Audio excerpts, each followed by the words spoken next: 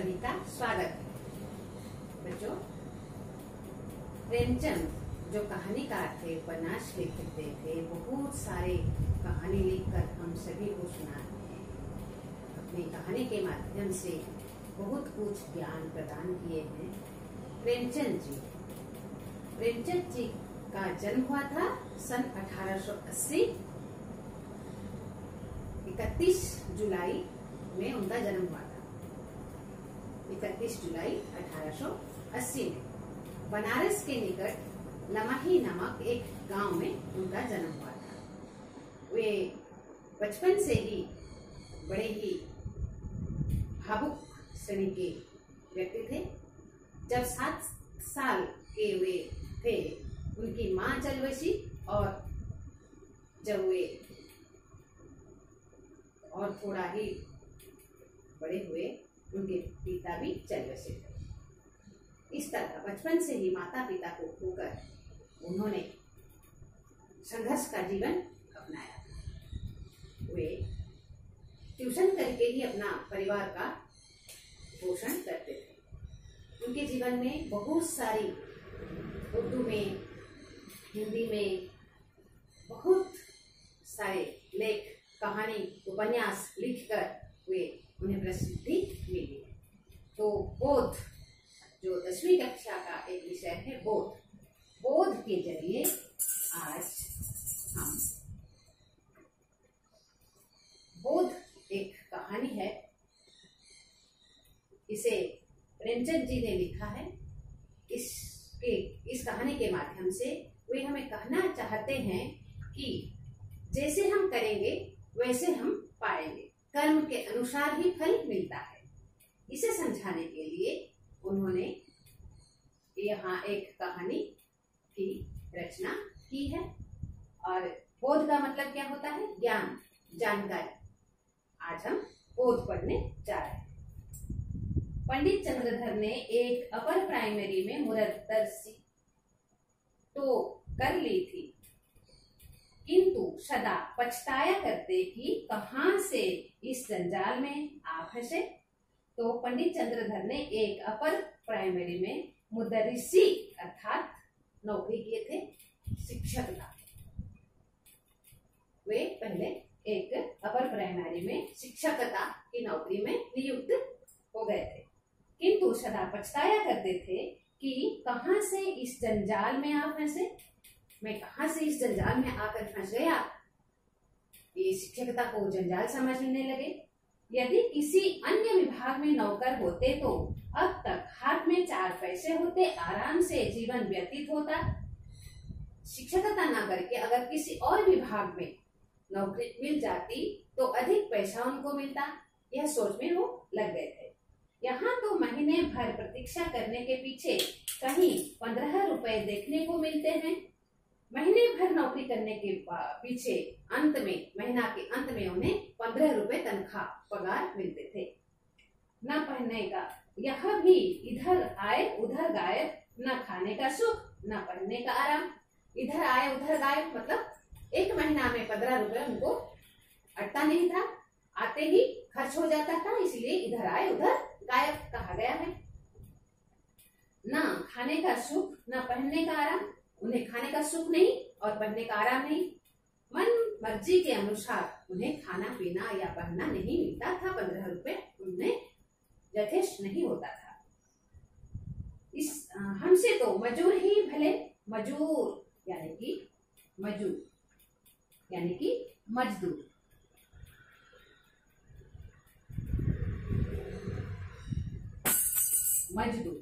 वे कहते हैं कि मजदूर ही भले जो मजदूरी करते हैं, रोज जाकर पैसा कमाते हैं मजदूरी से, वे अच्छा है। शिक्षक से तो वो अच्छे हैं। पंडित जी के पड़ोस में 2 महाशय और रहते थे। पंडित जी जहाँ रहते थे उनके पड़ोस में 2 महाशय रहते थे। एक ठाकुर रतिवर सिंह, वह थाने में हेड कांस्टेबल थे। एक का नाम था ठाकुर रतिवर सिंह, वे थाने में थे हेड कांस्टेबल। और दूसरे मुंशी बैजनाथ, वह तहसील में सिहायन थे अर्थात तहसीलदार ऑफिस में वे खजाने का लिखने का, सभी हिसाब किताब रखने का काम करते थे। इन दोनों आदमियों का वेतन पंडित से कुछ अधिक न था, तब भी उनकी चैन से गुजरती थी, चैन से, शांति से, चैन से गुजरती थी। चैन यानी कि शांति, शांति से, सुख शांति से उनका जीवन व्यतीत होता था। अधिक पगार नहीं मिलने के कारण क्या हुआ, लेकिन उनका जीवन अच्छी ठाट से गुजरता था। संध्या को वह कचहरी से आते बच्चों को पैसे और मिठाइयां देते। जब संध्या को वे लौटते थे दोनों घर, तो बच्चों को पैसे देते थे, मिठाइयां देते थे। दोनों आदमियों के पास टहलते थे, दोनों आदमियों के पास भी टहलते थे। घर में कुर्सियां, मेजें, फर्श आदि सामग्रियां मौजूद थी। घर में उनकी कुर्सियां, असबाब जो घर में होते हैं उसमें मेजें, फर्श आदि सामग्री आदि मूल्यवान सामग्रियां भी उनके घर में सब थी। ठाकुर साहब शाम को आराम कुर्सी पर लेट जाते और खुशबूदार खमीरा पीते। ठाकुर साहब क्या करते थे, शाम को जब आते थे, आराम कुर्सी, जो आराम कुर्सी होता है ना, आराम से मनुष्य बैठने के लिए, तो आराम कुर्सी पर लेट जाते थे और क्या करते थे, खुशबूदार मतलब महकने वाला खमीरा पीते थे। वो खमीरा पी क्या होता है, कटहल का या कोई फल को सड़ान कर, कोई नशे वाला चीज जो तंबाकू में डालकर लिया जाता है, उसको वो लेते थे। मुंशी को शराब कबाब का व्यसन था। मुंशी जी भी क्या करते थे, शराब और कबाब, शराब यानी कि शराब पीना, और कबाब मतलब भुना हुआ मांस, वो भी उनकी आदत पड़ गई थी। वो अपना चलाते थे। अपने सुसज्जित कमरे में बैठे हुए बोतल की बोतल साफ कर देते। सुसज्जित कमरे में बैठकर वो बोतल की बोतल शराब पीते थे, मांस भी खाते थे, यानी कि बहुत आडंबर पूर्ण जीवन उन लोग का बीतता था। जब कुछ नशा होता तो हारमोनियम बजाते। जब नशा हो जाता था शराब पीने के कारण, तो हारमोनियम बाजा बजाते थे। सारे मोहल्ले में उनका रोबदार था, सारे मोहल्ले में रोबदार था, यानी कि ठाकबार था।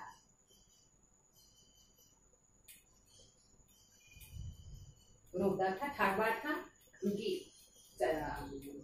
मर्जी से उनकी बात सब सुनते थे।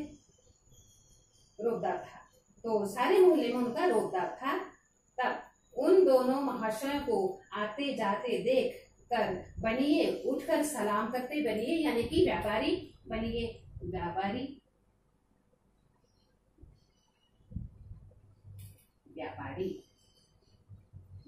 लोग क्या करते थे, उनको देखकर खड़े हो जाते थे, सम्मान देते थे।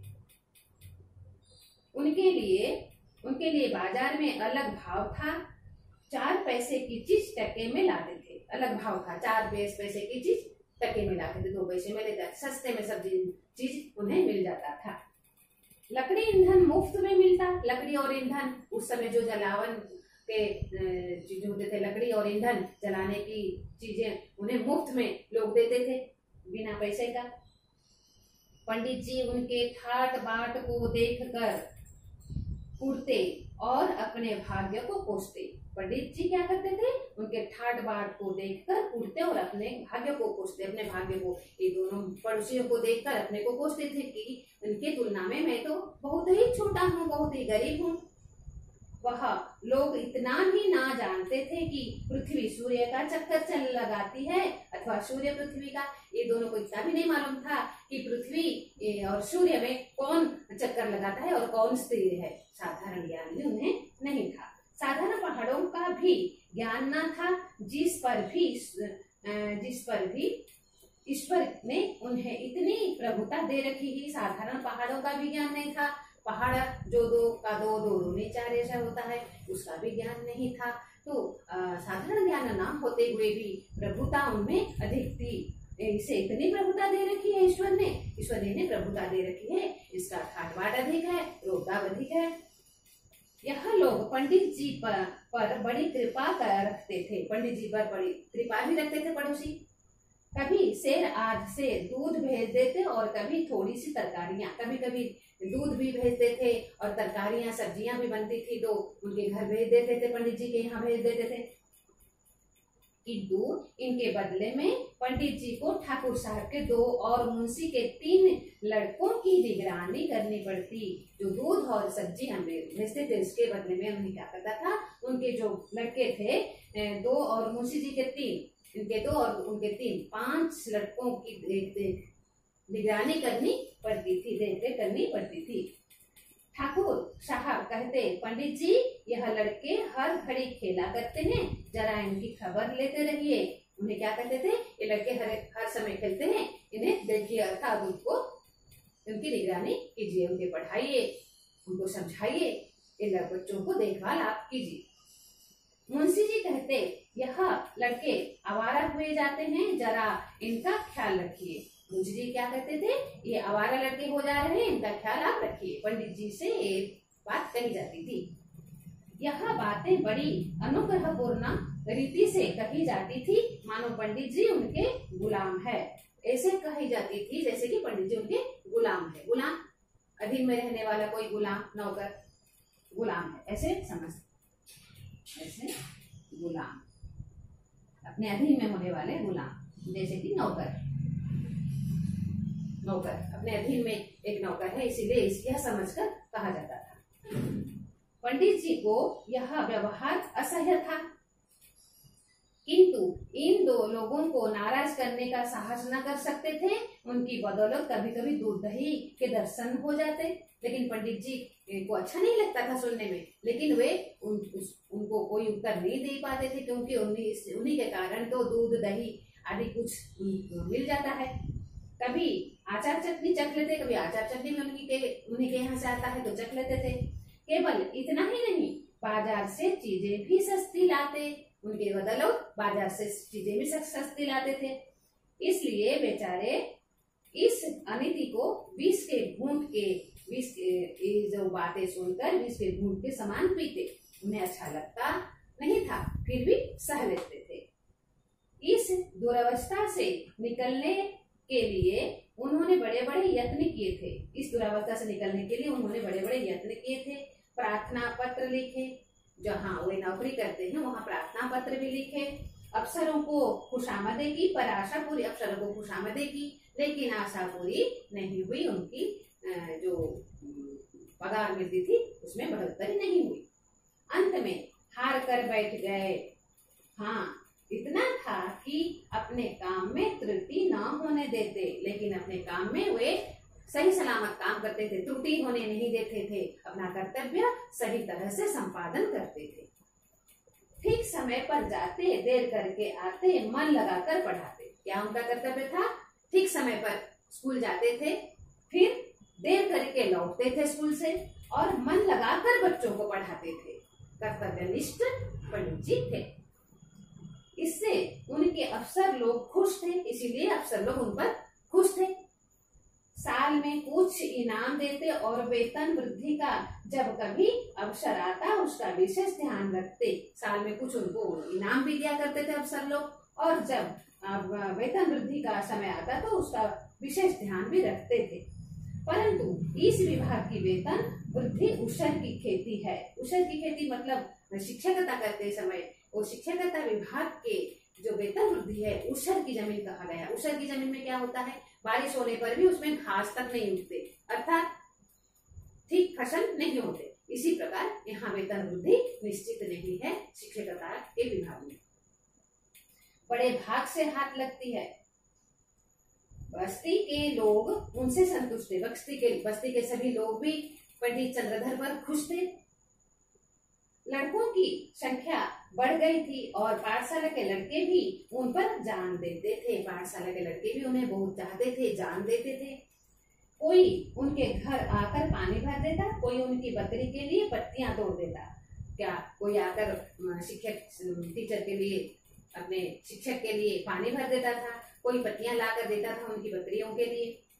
पंडित जी इसी को बहुत समझते थे। पंडित जी इसी को ही बहुत समझते थे क्योंकि उनकी खातिर होती थी। एक बार सावन के महीने में मुंशी बैजनाथ और ठाकुर अतिबल सिंह ने श्री अयोध्या की यात्रा की सलाह की। इस तरह जीवन व्यतीत होते हुए क्या हुआ, सावन के महीने में यह बैजनाथ और अतिबल सिंह को यह सूझा कि अयोध्या यात्रा कर ले। थोड़ा बहुत घूम लेने से मन भी बहल जाएगा। दूर की यात्रा थी, हफ्तों पहले से तैयारियां होने लगी। दूर की यात्रा थी इससे हफ्तों पहले से तैयारियां होने लगी उनमें। बरसात के दिन सपरिवार जाने में अड़चन भी थी। बरसात के दिन, सावन का महीने तो बरसात के दिन होते हैं, वहां बाहर जाने के लिए थोड़ी असुविधा भी होने हैं। किंतु स्त्रियां किसी भांति भी ना मानती थी। अतः अंत में विवश होकर दोनों महाशयों ने एक एक सप्ताह की छुट्टी ली और अयोध्या जी चले। स्त्रियां मानती नहीं थी, साथ में चलने के लिए तैयार हो गई, तो एक एक हफ्ता छुट्टी लेकर ये दोनों अयोध्या यात्रा के लिए तैयार हो गए। पंडित जी को भी साथ चलने के लिए बाध्य किया। पंडित जी को भी बाध्य किया कि चलिए हमारे साथ घूमने के लिए। मेले ठेले में एक फालतू आदमी से बड़े काम निकलते हैं। जब बड़े मेले ठेले में जाते हैं, भीड़ भाड़ में, तो एक फालतू आदमी साथ रहने से कोई काम भी तो होगा।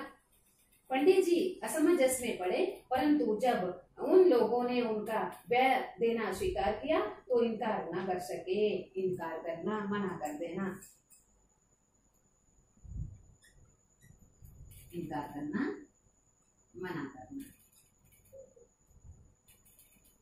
लेकिन उनका व्यय देने के लिए ये दोनों तैयार हो गए, इसलिए पंडित जी और मना ना कर सके। और अयोध्या जी की यात्रा के लिए सुअवसर पाकर ना रुक सके। यह अवसर है, सुअवसर है, तो वो रुक नहीं पाए, उनके साथ वो चलने लगे। बिलोर से 1 बजे रात गाड़ी छूटती थी। यहाँ लोग खा पी कर स्टेशन पर आ गए थे। बिलोर से रात को 1 बजे गाड़ी जाने वाली थी, इसलिए खा पी कर स्टेशन पर आकर पहुंच गए। जिस समय गाड़ी आई, चारों ओर भगदड़ सी पड़ गई। हजारों यात्री जा रहे थे। भगदड़, भगदड़ मतलब भागा भागी सब लोग करने लगे। गाड़ी आ गई, सब दौड़कर भागने लगे गाड़ी में बैठने के लिए। तो हजारों यात्री आ रहे थे।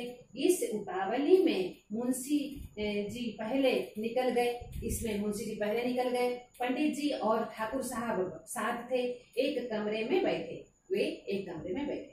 इस आफत में कौन किसका रास्ता देखता है। ये जो भीड़ भाड़ में कहीं जाने से किसी को कोई इंतजार नहीं करता। भीड़ भाड़ में अपना अपना जगह देकर बैठ जाते हैं।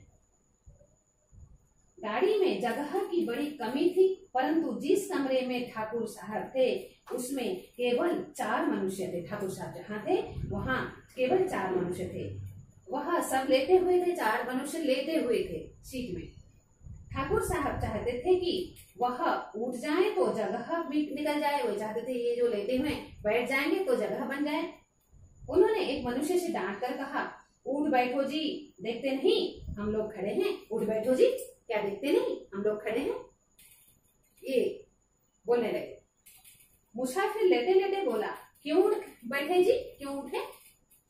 कुछ तुम्हारे बैठने का ठेका लिया है? क्यों बैठने का ठेका लिया है क्या? ठाकुर, क्या हमने किराया नहीं दिया है? क्या हमने किराया नहीं दिया है जो हम खड़े रहेंगे और तुम लोग लेटे रहोगे? ठाकुर साहब ने कहा, हमने क्या किराया नहीं दिया है? इस प्रकार इतना ही रहने दो बच्चों, बाकी के अंश में बाद में पढ़ाकर सुनाऊंगी।